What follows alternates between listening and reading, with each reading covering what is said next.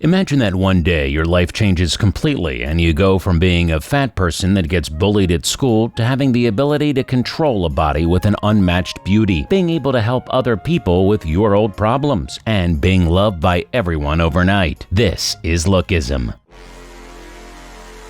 The story begins with Park Hung-suk, or Daniel, from the fashion department, a high school student who is bullied every day by his classmates due to being overweight. They beat him, humiliate him, and force him to do errands. All the while, they insult him and make him feel miserable. When he gets home, we see he is someone with low income that lives alone with his mother, who has no idea of the absolute hell his classmates make him go through. At dinner, Daniel asks his mother to transfer him to another school with the excuse that he can't adapt to the high education level, and it's very hard for him. But his mother tells him she can barely afford the school he's already in, and transferring him to another one would be too expensive. Daniel gets mad at her and complains about the fact that they are poor. The next day at school, Daniel continues being bullied as usual, and while his classmates beat him, his mother appears and for the first time sees how they attack her son and witnesses the bad treatment he gets. Seeing this, everyone mocks him, and Daniel gets mad at his mother, saying that she's humiliating him. When he gets home, his mother speaks with him and tells him she managed to transfer him to another school and that he'll have to live alone in an apartment while she will send him money. And that's how Daniel finally tries to have a new beginning. After arriving in this new city, he feels like a new person, but the problems don't take long to appear. While he's walking, he accidentally bumps into a girl who, for the first time ever, is nice to him,